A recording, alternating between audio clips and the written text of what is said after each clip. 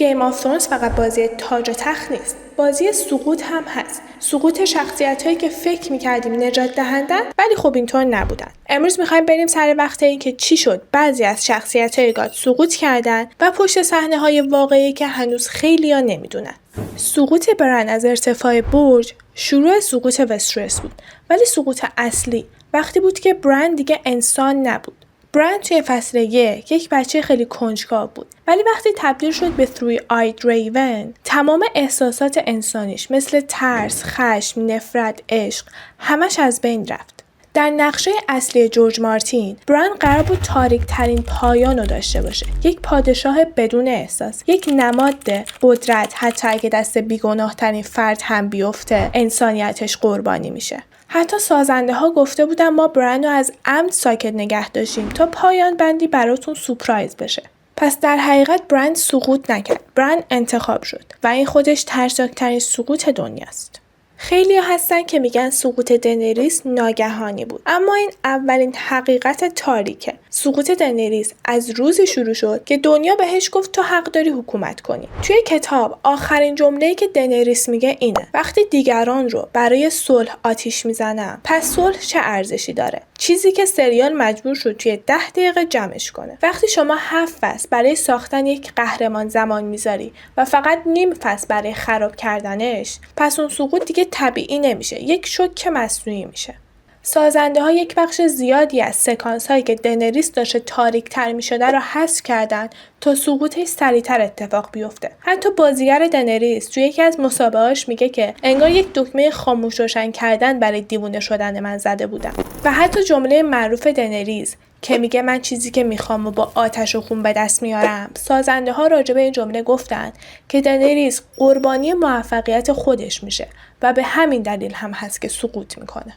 جان اسنو از فصل اول یک مشکل خیلی بزرگ داشت، کمبود عشق و محبت، هم از طرف ند، هم کد و حتی از طرف جامعه. توی روانشناسی به این میگن کمبود دلبستگی و هر تصمیم جان دقیقاً از همینجا میاد. چرا به وایت واکرها باور داشت؟ چون دنبال هدف بزرگ بود. چرا بارها خودش رو سمت مرگ پرت کرد؟ چون ارزش زندگی خودش رو نمیدونست. و چرا دنریس رو کشت؟ چون خودشو شایسته انتخاب بهتر نمیدید. و حتی بازیگر جان توی یکی از مسابقه‌اش گفته بود جان اسنو از فصل 6 به بعد افسرده است و حتی مرگ هم براش مهم نبود. و چیزی که کمتر کسی میدونه این که جان اسنو توی کتاب گرگ بودن و بیشتر از انسان بودن دوست داشت، چون که در قالب گرگ هیچ کس اونو تحقیر نمیکنه. جان اسنو در واقع 3 بار سقوط کرد. وقتی از طرف برادراش کشته شد و اعتمادش از آدما از بین رفت، وقتی فهمید وارث واقعی تخته و قدرت اونو له کرد، و وقتی مجبور شد کسی رو بکشه که عاشقش بود. سرسی خودشو ملکه میدید که همه چی دستشه، اما سازندگان سریال از خیلی قبل تصمیم گرفته بودن که اونو پایدار نگه دارن، یعنی شخصیتش رشد یا تغییر نکنه.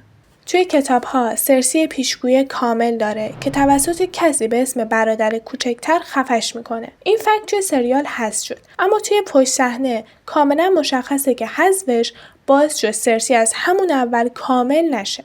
وقتی سرسی اون سبت رو با والدفایر ترکوند فقط یه صحنه نبود. سازندگان سریال میگن اینجا جایی که سرسی به نقطه‌ای میرسه که دیگه راه برگشت نداره، یعنی دقیقاً همونجا بود که سرسی سقوط کرد. نیکولای بازیگر جیمی میگه من فکر میکردم که سرسی به دست جیمی کشته میشه. حتی توی یک نسخه از فیلمنامه همچین صحنه‌ای نوشته شده بود ولی بعد حذف شد، چون که میخواستم مرگ جفتشون عاشقانه تر باشه. بازیگر سرسی هم گفته بود دوست داشتم مرگ سرسی با شکوه تر باشه. این شخصیت سزاوار چیزی عمیق تر بود. حقیقت تاریک‌تر اینه که همه این سقوط‌ها به همدیگه وصل بودن. جورج مارتین گفته بود این داستان درباره قهرمان‌ها نیست، درباره این که قدرت هر کسی رو میکشه، دیر یا زود.